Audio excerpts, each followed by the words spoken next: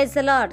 మన ప్రభువైన యేసుక్రీస్తు పరిశుద్ధమైనటువంటి నామంలో ఈ ఉదయకాలపు కృపావార్తను వింటున్నటువంటి మీ అందరికీ దేవుని పేరట వందనాలు చెల్లిస్తున్నాను. అందరు బాగున్నారా? మరి పూట ప్రభు మనకిచ్చినటువంటి వాక్యాన్ని మనము పరిశుద్ధ గ్రంథములో చదువుకుందాం. యెషయా గ్రంథము 54వ అధ్యాయము 10వ వాక్యాన్ని మనం చదువుదాం. యెషయా గ్రంథము 54వ అధ్యాయము 10వ వాక్యాన్ని మనం చదువుకుందాం. పర్వతములు తొలగిపోయినను, మెట్టలు తత్తరిల్లినను, నా కృప నిన్ను విడిచిపోదు. హల్లెలూయా. నా దేవుని బిడ్డలారా, గమనించండి. ఇక్కడ ఈ యొక్క వాక్యాన్ని మనం గమనిస్తే, నా కృప నిన్ను విడిచిపోదు. ఆలోచించండి నా దేవుని బిడ్డలారా, ఆయన కృప మనల్ని విడిచిపోదట. ఈ రోజున మనం గమనిస్తున్నప్పుడు అన్నీ మనల్ని విడిచిపోయేవి ఎన్నో ఉన్నాయి. బంధువులు మనల్ని విడిచిపోతున్నారు. అలాగనే నా దేవుని బిడ్డలారా, ఆస్తులు కానీ, మనకున్నటువంటి సంపద కానీ, మనకున్నటువంటి ఉద్యోగాలు కానీ అన్నీ మనల్ని విడిచిపోతున్నాయి. కానీ దేవుని కృప మనల్ని విడిచిపోదంటండి. హల్లెలూయా. ఆయన కృప ఎన్నడూ కూడా విడిచిపోదు.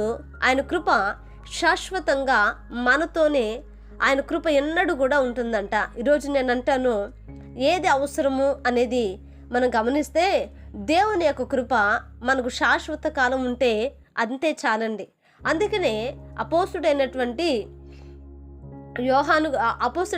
పౌలు అంటాడు, అయ్యా నా శరీరములో ముళ్ళు దాగి ఉంది అన్నప్పుడు మరి ప్రభు అంటాడు, నా కృప నీకు చాలును అని. కనుక దేవుని కృపకు మించినది అది ఏదీ లేదండి.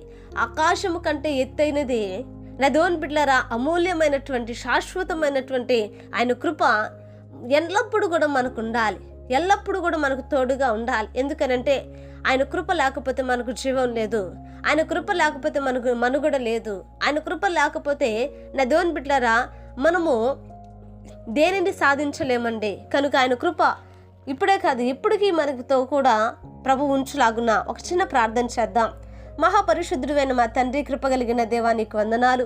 ఈ ఉదయకాలం మందు నాయన మీరు మాతో మాట్లాడినందుకే నీకు స్తోత్రాలు. నిజమే నా ప్రభువా, నీ కృప నా తండ్రి అయ్యా మమ్మల్ని విడిచిపోదని సెలవిచ్చిన దేవుడు నాయన. ఎన్నో మమ్మల్ని విడిచిపోయేటువంటి పరిస్థితులు ఉన్నాయి, కానీ విడువనిది ఎడబాయినిది నీ కృపని నైనా మేము తెలుసుకుంటున్నామయ్యా. ఆ కృప సమృద్ధిగా మాకు దయచేయండి అయ్యా.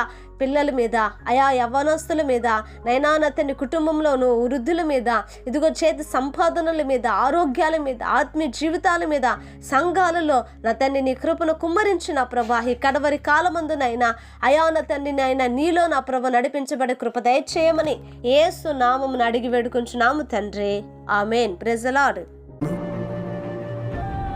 దేవుని కృప మీకు తోడై ఉండును కాక.